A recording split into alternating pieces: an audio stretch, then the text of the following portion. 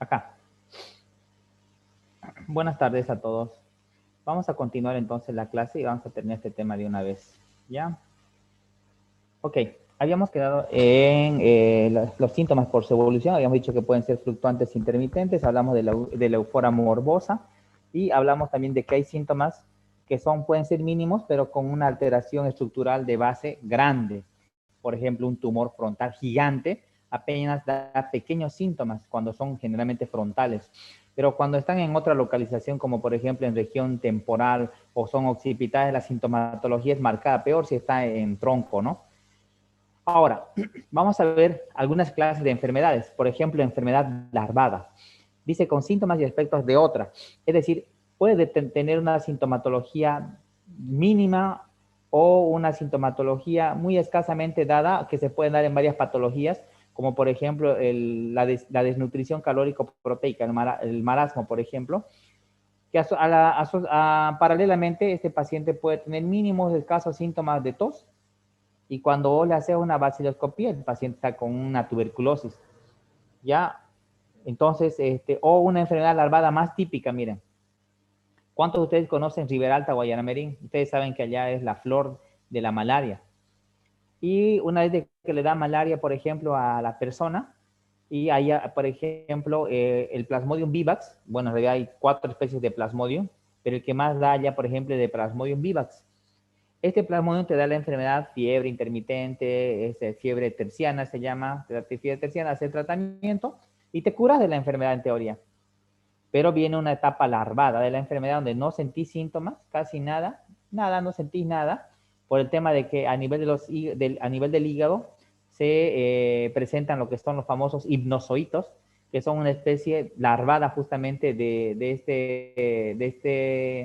este parásito, y que luego el paciente después de 2 años, 3 años, vuelve a presentar otra vez, ¿no?, la malaria. Entonces se llama enfermedad larvada. La enfermedad latente, lesiones sin sintomatología, por ejemplo, en la tuberculosis. Siempre me viene a la mente cuando menciono esto, de un paciente que tenía hace unos años atrás, que tenía 12 años el pobre muchacho. Imagínense, 12 años, y yo lo atendí por una lesión que le salió una caracha, en otras palabras, para que lo entiendan ustedes, en la pierna, en la región anterior de la pierna. Primeramente lo curé, sanó sin molestias, y después otra herida le salió más arriba, y después otra en el muslo, otra en la mano. Ya yo a la tercera herida, uno tiene que pensar, ¿por qué le está saliendo más heridas a este niño? No es porque tenga, digamos, una bacteria por ahí sencilla. Así que le hicimos cultivo de la herida y pues salió que era tuberculosis. Entonces, no tenía sintomatología, solamente las lesiones. Ya, o en el caso de la sífilis, que ya no se ve actualmente sífilis, pero la sífilis era igual así. ¿Ya? Bueno, enfermedad cíclica de evolución típica.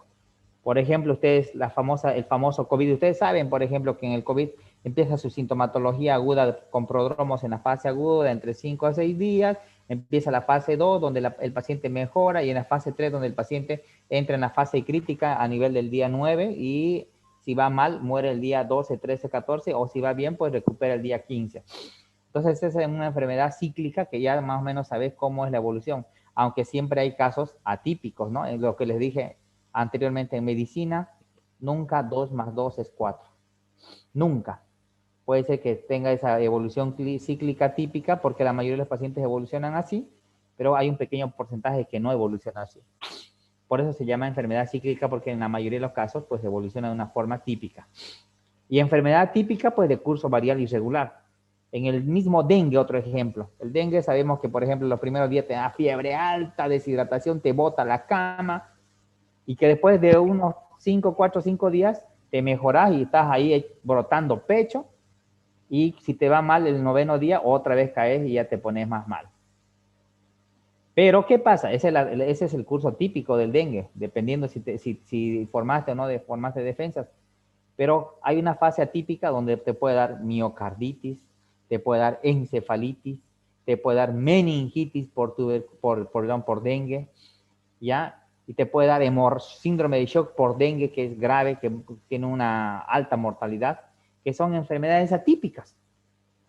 ¿Ya? Entonces eso tienen que saber ustedes dentro de la enfermedad. Ah, sí, doctor, el paciente tiene una evolución cíclica típica del dengue.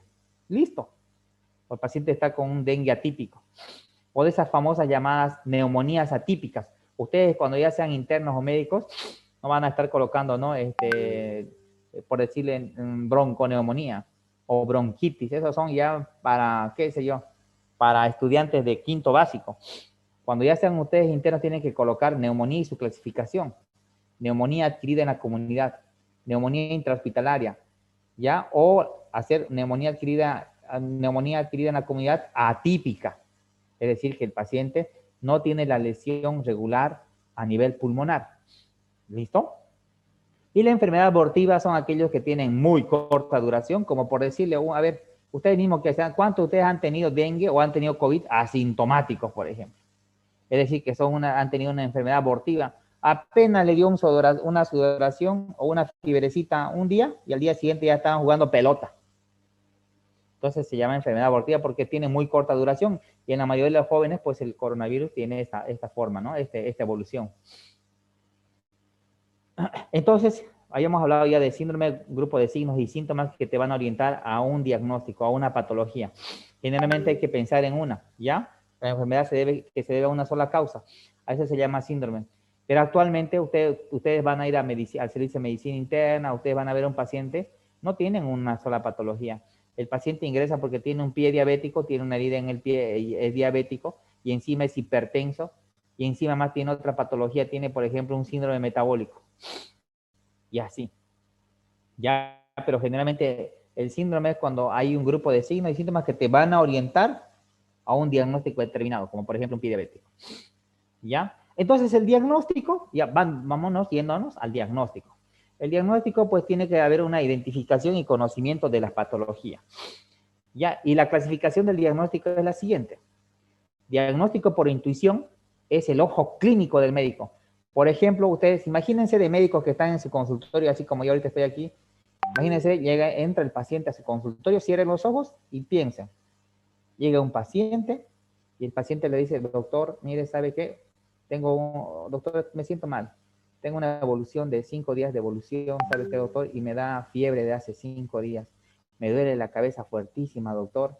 Y me dio la temperatura, llega a 39 grados de temperatura, doctor. Me duele todo el cuerpo, doctor. Me da chuchi, escalofrío. Y la verdad, ya estoy no me dan ganas de caminar. Ya.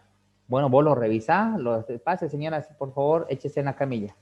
Lo revisás en la camilla, lo revisás, sí, está ardiendo en fiebre, le medís 39 de temperatura, le medís su presión 110/70, su frecuencia cardíaca está en 100, su frecuencia respiratoria está en 22, ya el paciente está caliente, lo revisás, está de mucosas deshidratadas, consciente orientado, ya le revisás a nivel pulmonar, murmullo vesicular conservado, está limpio, quiere decir, los revisás a nivel cardíaco, ruidos cardíacos rítmicos regulares, normofonéticos, abdomen blando depresible, sin megalias, sin ninguna otra característica, no aparentemente sin patologías, extremidades normales.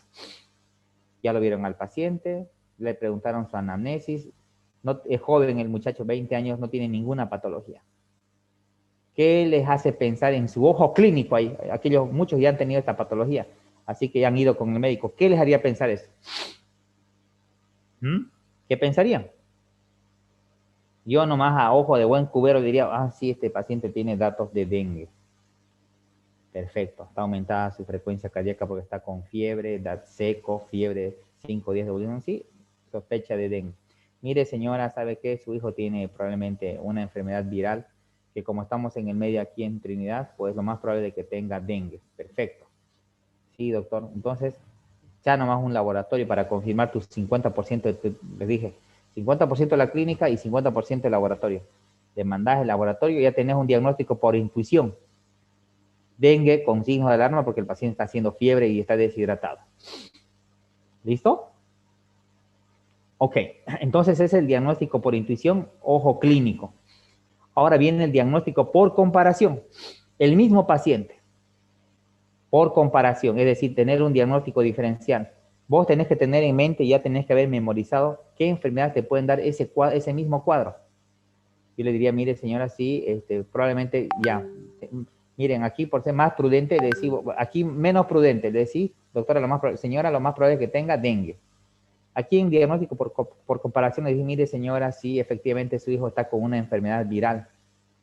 Hasta ahora, mire, vamos a hacer unos laboratorios, vamos a confirmar, pero yo le puedo decir que tiene una enfermedad tropical en estudio. Listo, hasta no tener tu diagnóstico diferencial. Entonces, al decir, por ejemplo, enfermedad tropical en estudio, vos podés estar hablando de leptospirosis, de dengue, de zika, chikungunya, fiebre amarilla, fiebre hemorrágica boliviana. Entonces ya estás abarcando, siendo más amplio. Y ya con los estudios vas eliminando de a poco y tenés, eso se llama diagnóstico diferencial o por comparación. ¿Me entienden, no es cierto? ¿Ya? Y el diagnóstico por exclusión es justamente igual. Examinar todas las enfermedades propias del órgano. En este caso, por ejemplo, del mismo paciente. Estás sospechando altamente de una enfermedad tropical, pues tienes que ir eliminando todas las enfermedades que cursan con fiebre, por ejemplo. Ahí, todas las enfermedades que cursan con fiebre y que se presentan en nuestro medio. Vas eliminando, síntoma por síntoma. Y ahí en este diagnóstico por exclusión entrarían algunas enfermedades hasta de tipo autoinmune, por ejemplo. Es un joven de 20 años que está haciendo fiebre en este diagnóstico por exclusión. Sí, miren, el lupus puede presentar fiebre con fiebre y puede presentar igual así desgano. Sí, tendría que descartar lupus. Y ya entra ahí el lupus. Entonces, ese es el diagnóstico por exclusión, pensando y excluyendo justamente síntomas que pueden presentarse en común en varias enfermedades. ¿Se llega a entender hasta aquí? ¿Está perfecto? ¿Sí? Sí, ¿Nadie doctor. habla? ¿Nadie? Ya. Sí, doctor, Bueno, perfecto. Sí, parece que doctor. están mudos, ¿no? Bueno, sigamos. Ahora viene lo que se llama el diagnóstico por hipótesis o terapéutico. ¿Qué quiere decir esto? Quieren decir, imagínense ustedes cierren los ojos, imagínense ustedes que están sentados en su consultorio y viene otro paciente. Viene un paciente de 65 años de edad, hombre, y viene caminando así lento, como trencito viene caminando así, se sienta y está con las manos temblorosas, así, todo el tiempo temblando. Y viene su familiar, su hijo, dice, doctor, mire, traigo a mi padre, tiene 60 años de evolución, y hace 6 meses, doctor, mi padre, he visto que está caminando más lento y así como trencito, como si estuviera, se llama petit patés, la marcha, y la mano así como contando moneditas, como contando fichitas, así, temblando, ¿no ves? Temblando, y el cuellito igual temblando así. O sea, hace 6 meses, doctor, empezó a temblar, y bueno, miren, nos hemos dado cuenta de que hace unos 2 meses empezó a temblar más mi padre. Por eso ya nos hemos incomodado, nos hemos visto, doctor, en obligación de traerlo porque ya no se puede cambiar. ¿Ustedes qué pensarían hasta ahí? ¿Qué tiene el paciente? Ahí con solamente Parkinson, perfecto, muy bien. Es evidente. Muy bien, tiene Parkinson el paciente, ya, perfecto. Vos sospechas que tiene Parkinson. No estás dándole el diagnóstico de sí, señora. Entonces, mire, vamos a darle, probablemente tenga Parkinson, le vamos a dar un tratamiento. Y ahí vamos a ver si hacemos el diagnóstico por hipótesis o terapéutico. Hasta ahí todos han visto que es Parkinson, le dan levodopa, carbidopa, le meten media tableta cada 4 horas, cada 6, dependiendo cómo lo vean al paciente. Y ven, señora, véngase de aquí a 3 días. Lo mandás al paciente y viene de a 3 días. El paciente ya, chalinga, viene caminando normal y ya no tiembla el paciente. Entonces ahí ustedes han confirmado el diagnóstico por terapéutica. Ya se llama diagnóstico por hipótesis o terapéutica. Entonces le medicaron y le fue bien, se llama prueba terapéutica, el paciente te fue bien, confirmaste tu diagnóstico de enfermedad de Parkinson, porque no todos los pacientes, porque yo a este paciente le diría si estaría por diagnóstico por comparación o diagnóstico por comparación, sobre todo le diría, este paciente tiene parkinsonismo. Hasta demostrar lo contrario, este paciente tiene parkinsonismo. Señora, mire, vamos a hacer un laboratorio diferencial, le sacaría una tomografía, una resonancia si va el caso, pero yo en mi mente, al ojo clínico, digo, así como ustedes tienen su ojo clínico, ya miren cómo tienen su ojo clínico ustedes. Al ojo de buen cubero diría, miren, 90% diagnóstico de Parkinson. Pero hasta no demostrar como de lo contrario, estoy con mi diagnóstico por comparación, tiene parkinsonismo. ¿Se entiende, no es cierto? Entonces, el método del examen tiene que ser generalmente integral, ordenado. Ustedes acostúmbrense a que cuando venga el paciente, ustedes tienen que dejarlo que el familiar o el paciente se desahogue un poco, se desglose, pero no vayan a que se pierda del hilo, porque dicen, sí, doctor, mire, hace 5 días me vino la fiebre, Pero yo sabe que, doctor, estaba echado en mi cama, yo no sé cómo me vino fiebre, me tomé un tecito, vino mi amigo, vino a charlar, me estábamos charlando de la política, pero y así, ¡pac! Se perdieron ya, les charló hasta de la política, de qué sé yo. Usted tiene que corregir, tiene que volver a centrar. Sí, señora. ¿Y qué más presentó? Volverla a entrar al camino. Entonces tiene que ser integral, ordenado. Cuando usted, ya después de que les cuenten, tiene que ir preguntándole por órganos y sistemas, decirle, así como le dije en la primera clase, necesito, ah, sí, bueno, no me olvido, bueno, señora, ¿sabe qué? ¿Y cómo anda la cabeza? Bien. ¿No le duele la cabeza? No, no me duele. ¿No ha presentado, qué sé yo, nistagmus? No ha presentado, así, buscando, digamos, relaciones con el órgano afectado, con el lugar afectado. En los pulmones, tos, no ha tenido, señora, tos, falta de aire, está respirando bien, señora. Entonces, preguntando por sistemas. Tiene que ser minucioso, ¿ya? Valiéndose de todo lo que tengan ustedes en su consultorio. Todo lo que su link. Bueno, miren, por ejemplo, a los internos, cuando ingresan a ser internados, se les pide todo, ¿no? Tiene que tener su fonendo, su tensiómetro, tiene su termómetro, su wincha para medir, por ejemplo, su cuadernillo de anotaciones, que se llama su canguro, por ejemplo, tiene que tener, su regla, por ejemplo, tiene que tener, y su bolígrafo infaltable. Entonces tiene que tener todo eso, todo el tiempo tiene que tener, y algunos medicamentos de auxilio, por ejemplo, noradrenalina, lidocaína, ¿ya? Entonces, ustedes cuando vayan a ser internos, pues van a darse cuenta de que realmente la medicina es muy, muy práctica, ¿ya? Y para hacer la práctica, pues tienen que tener todos los conocimientos ahí a la mano. No es que recién van a ir a adquirir conocimiento ustedes en el internado. Aquel muchacho que quiere ser buen médico y quiere sentirse un médico preparado y quiere salvar vidas de su familia, de la sociedad, algún conocido, algún amigo que lo vea, sí, oh, pucha, che, compañero, ya sos médico, te está diciendo ya que vos te preparaste realmente para atender a un paciente enfermo. Pero si vos estás ahí valiéndote otras cosas para probar, nada que ver. Así que chicos, tienen que meterle ganas este año.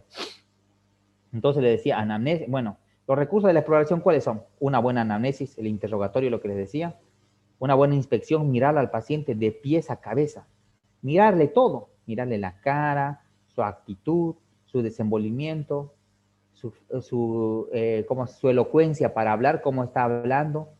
Ya luego vas a la palpación en algún órgano. Si vas por órgano, vas palpación, percusión, auscultación y exámenes paraclínicos. Entonces el diagnóstico siempre viene a ser del síntoma o del signo, ¿ya? Entonces cuando llega un paciente al hospital, una vez de que el interno y el residente, por ejemplo, han hecho su historia clínica, chacha, llegan a un diagnóstico sindromático. Por decirle, llega un paciente, imagina otro paciente, llega un paciente que no orina hace varios días atrás, nada de orina y empezó a hincharse el paciente y pues está desmatizado, está con su presión alta y el interno lo revisa. Ya puede colocarle más detalles si quieren. Pueden colocarle disminución de murmullo vesicular, pueden colocarle edema Godet 3 cruces a nivel de miembro inferior y llega un diagnóstico sindromático que dice injuria renal aguda. Ah, mira, es una injuria renal aguda, es un diagnóstico sindromático. Ahora vas a buscar vos el diagnóstico anatómico. Si esa injuria renal aguda puede ser porque un cálculo se enclavó o puede ser porque tenga, por ejemplo, eliminación de proteínas y tenga un síndrome nefrótico. Ya tratás de llegar a un diagnóstico anatómico si es, por ejemplo, por obstrucción, y un diagnóstico etiológico sería, por ejemplo, ya el síndrome nefrótico o nefrótico nefrítico, su diagnóstico etiológico. Y su diagnóstico por capacidad funcional, ahora chicos, no se olviden, actualmente a partir del año 2000 más o menos, todo se clasifica por escalas, ya por escalas, por score, todo viene por score. Así que tienen que ser buenos para la memoria, tienen que ser muy buenos, excelentes para la memoria.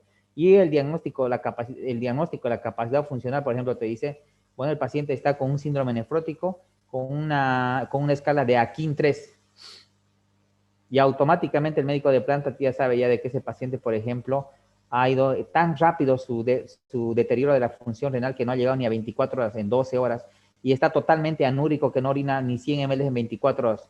Automáticamente el médico, cuando le dicen Akin 3, ya tiene que saber. Esto para estar evitando de que el interno o el residente diga, doctor, no orina hace 24 horas, no. Diagnóstico etiológico, paciente está con una injuria renal, Akin 3. O, por ejemplo, en una neumonía, paciente está con una neumonía ATS2, ATS3. Y así cualquier score. Doctor, disculpe que lo moleste, no se oye ¿Sí? su voz. A ¿Se ver, oye bien? ¿se oye bien? Se Perfecto. escucha bien, se Bien, escucha. doctor, Sí, gracias se por oye eso. claro. Silencio, Fuerte y silencio, claro. silencio, silencio. Vamos a continuar esta marcha para adelante de la compañera. Ok, sigamos. Entonces, tenemos aquí los diagnósticos, los tipos de diagnóstico. Tenemos el diagnóstico diferencial, ¿ya? Esto es lo que ocupamos. Todo lo que les mencioné son tipos de diagnóstico. Lo que ocupamos en el hospital, por ejemplo, nosotros, ¿ya? Es el diagnóstico diferencial, el diagnóstico presuntivo clínico y el diagnóstico patológico definitivo, ¿ya? Esto es lo que muchos hospitales hacen. Ya en algunos servicios, por ejemplo, del mismo hospital, usan el diagnóstico sindromático, anatómico y etiológico y capacidad funcional. ¿Ya? Y otros servicios usan el diagnóstico, por ejemplo, emergencia usa, bueno, en emergencia no se puede llegar a un diagnóstico etiológico ni definitivo, pero usan el diagnóstico diferencial y presuntivo hasta mientras está en la emergencia, por ejemplo. ¿Ya? Entonces, diagnóstico diferencial analizan todas las patologías capaces de generar ese síndrome. Diagnóstico clínico presuntivo se llega a partir del anterior y el definitivo pues confirmando con algunos exámenes complementarios o en este caso con un signo patognomónico. ¿Listo? Por decirles, si ustedes ya miren, aquel chico que me ha grabado y que ya lo tiene en la clase anterior, por ejemplo, un signo patognomónico, el signo de Faguet, o las manchas de Koplik, por ejemplo. Patognomónicos que te orientan a una patología determinada. O la nariz sencilla de montar, que se presenta, por ejemplo, en la sífilis congénita. Y esas cosas tienen que aprenderse y ir sabiendo. Ya le estoy diciendo nuevamente, el que se va a formar para un buen médico, automáticamente tiene que estar tomando unos buenos apuntes que no están aquí, por ejemplo, en las diapositivas, pero tal vez el médico su docente le va a preguntar. Tiene que tener, ya no es como estar en el colegio, es Tito, no hay eso aquí. Tienen que estar ustedes atentos. ¿Listo? Muy bien, sigamos. Vamos a ir con el pronóstico. Entonces, el pronóstico es el juicio dado por el médico acerca de la evolución de la enfermedad. Imagínense ustedes todos unos médicos con sus mandiles, con su corbatita, están ahí teniendo la consulta externa. Bueno, perdón, en la internación ya, en este caso en la internación donde los pacientes están más graves. Y pues bueno, tienen un paciente, miren, imagínense, ustedes de médicos con su corbatita, de blanquito, ya son ustedes los jefes de servicio, van y pasan visita, ahí están sus residentes y sus internos escuchándolo, y ven a un paciente mal, ahí en la cama echado un paciente mal, con un Glasgow de 3,15 dentro de la clasificación de Glasgow, el paciente está somnoliento, su presión está en 6,4, su frecuencia cardíaca está en 100, el paciente está haciendo gasping, es decir, que la respiración está totalmente alterada, el paciente va a hacer paro. Vos salís ya, bueno, le decís, por favor, hagan lo que tengan que hacer, le decís vos al jefe de residentes y vos te salís de la sala y vas a hablar con la familia. Y la familia dice, doctor, ¿cómo? Sí, ¿qué dice? ¿Qué opina, doctor, de mis parientes? Y ahí ustedes le dicen el pronóstico. ¿Qué pronóstico tendría de todos los que está ahí? Rápido. ¿Qué pronóstico tendría? Bueno, yo médico le digo, bueno, mire, ¿sabe qué, señora? Su familiar está así, así, así, y tiene un pronóstico letal. No va a durar ni 10 minutos. Y va a empezar seguramente a hacer un paro cardiorrespiratorio y vamos a ver si llega a salir de ese paro cardiorrespiratorio. Entonces eso, y como estás legalmente ahí en la historia clínica, lo que hablaste y anotaste con el familiar, lo anotas en la historia clínica y lo haces firmar de que le estás diciendo de que justamente el paciente va a ir mal. Ya se llama pronóstico letal. Entonces el pronóstico benigno es cuando viene el paciente, así como ese paciente de 20 años, dengue, le diagnosticaste, le sacaste los análisis, confirmaste totalmente tu dengue, y su mamá te pregunta, no, sí, señora, ¿y cómo va a quedar mi hijo, señor? Tiene un pronóstico benigno, señora, bueno, 100%, curación total y rápida. Pronóstico grave, por ejemplo, vida en peligro, larga y penosa y secuelas, una diabetes tipo 2. Viene, le diagnosticas diabetes tipo 2 al paciente chalinga, porque ustedes saben que la diabetes es una enfermedad silenciosa pero maldita, dicen. Entonces el paciente viene y le decimos, sí, señora, tiene diabetes. No le va a decir, señora, usted tiene un pronóstico grave. Así no se le dice, pero voy a anotar en tu historia clínica que el paciente tiene un pronóstico grave a largo plazo, por ejemplo. Podés colocar. O si querés, podés decir, bueno, si vos ya ves alguna disfunción de algún órgano, pues ya le colocas grave. Entonces, es lo mismo casi que nosotros manejamos, por ejemplo, el pronóstico grave en la práctica clínica se maneja, por ejemplo, cuando el paciente tiene un desenlace a mediano o a corto plazo.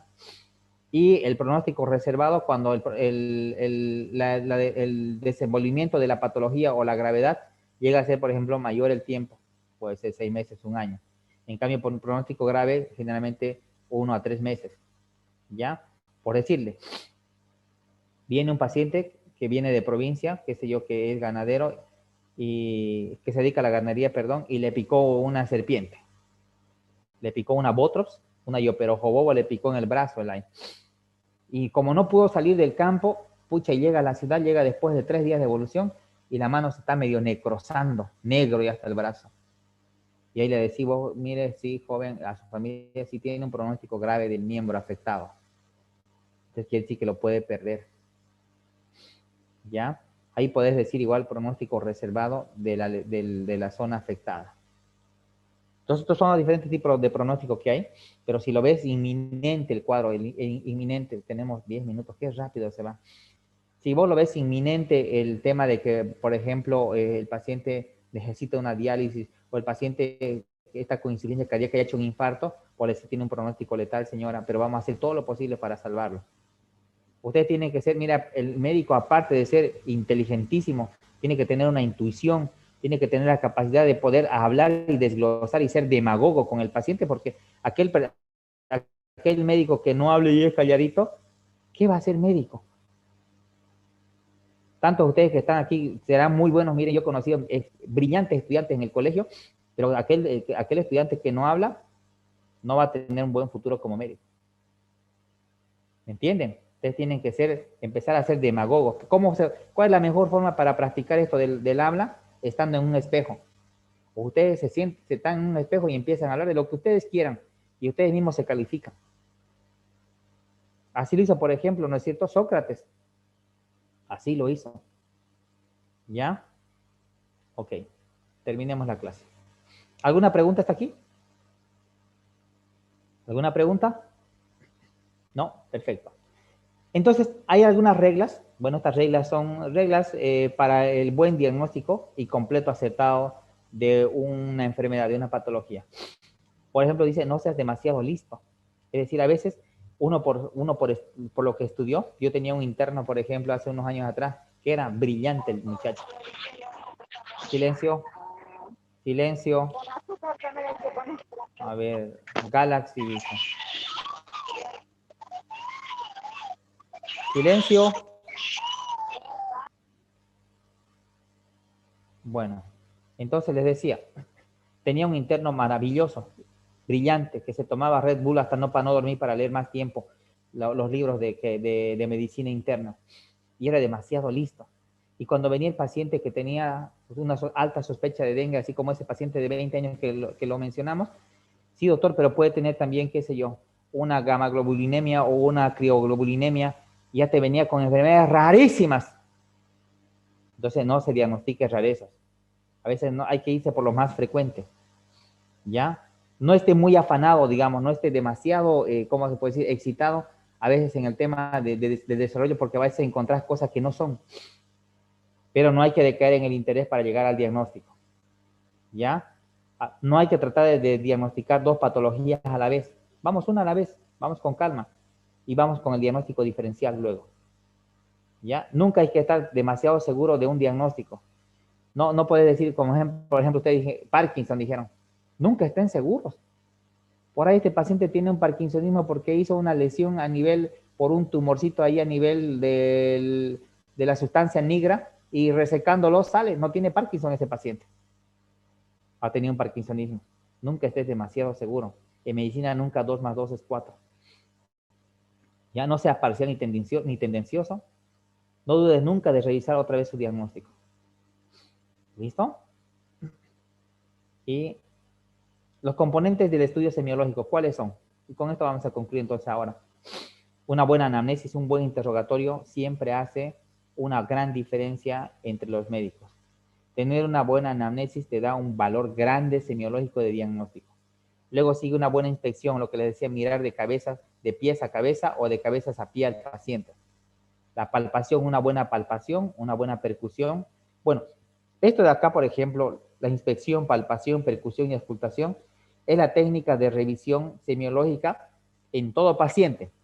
Este es el protocolo de revisión normal, con pequeñas excepciones cuando vayas a llegar a un órgano o sistema en particular. Por ejemplo, por decirles, en abdomen, por ejemplo, en abdomen no es este sistema de inspección, palpación, percusión, no. Es inspección, auscultación, palpación y percusión. En abdomen, por ejemplo. ¿Ya? Entonces, me permítame un ratito, por favor. Sí, hola. Hola, hola. No, disculpa que lo estoy llamando. La Alicia Karen, ¿no ves? Que llegó a mi hermano. Sí. Escúchame, recién salieron los resultados. Ahorita yo estaba esperando para ir a las 5, pero mi hermana comenzaba a vomitar sangre. Ya, mire, entonces, trate de traerlo a las 4:30 si desea, falta más tiempo. ¿Ya? Lo trae para que lo chequemos. ¿Listo? O si ha vomitado harta sangre, llévelo a la emergencia. Ya, tráigalo todo de una vez. Ya, hasta luego. Ok, terminemos. Entonces, la buena palpación que le decía, exámenes complementarios que es fundamental. Ya, entonces que te dan el 50% de diagnóstico. Con esto, chicos, hemos terminado el primer tema. La verdad, yo quería hacerle un solo día, pero no se puede a veces. Y voy a terminar con este dicho de von Bergman, que dice, quien se dedique al estudio de la anamnesis con cierto entusiasmo deportivo, llevando siempre la dirección de sus diálogos con el enfermo con un fino tacto y sentido clínico, llegará a ser uno de los mejores médicos o el mejor médico. ¿Qué les parece, chicos? ¿Ustedes quieren ser los mejores médicos o no? Claro, Sí, doctor. siempre. Entonces, ¿qué es lo que van a hacer? ¿Qué es lo que van a hacer? Ya, está bien, me gusta que digan eso. ¿Y qué van a hacer para ser el mejor médico, los mejores médicos? ¿Qué van a hacer? Leer mucho. Leer, ponerle Estudiar, empeño, doctor. Bueno, chicos, entonces... Dar me los gusta. exámenes sin copiar. Sí, bueno, chicos, entonces, con esto terminamos el primer tema, pues Hacer yo los me hubiera exámenes sin gustado... copiar, hay algunos en tercero, pero puro copia. Doctor, una pregunta, el texto, El ¿en qué texto ya lo hice. fotocopiadora está? Está en la fotocopiadora de al frente, no recuerdo de donde es M&M más allácito. Bueno, pero ahí en realidad yo vi esa fotocopia de Poveda en todas las fotocopiadoras. Ya también he visto que está, por ejemplo, en la fotocopiadora del doctor Paño, por ejemplo, he visto que está ahí. Ya, pero lo que yo les pido que por favor tengan el libro de Suros siempre, que es una guía, es como la Biblia de semiología, ya, para que lo puedan leer. ¿Listo? Muy bien, un saludo, chicos. Nos vemos el día lunes. Hasta luego.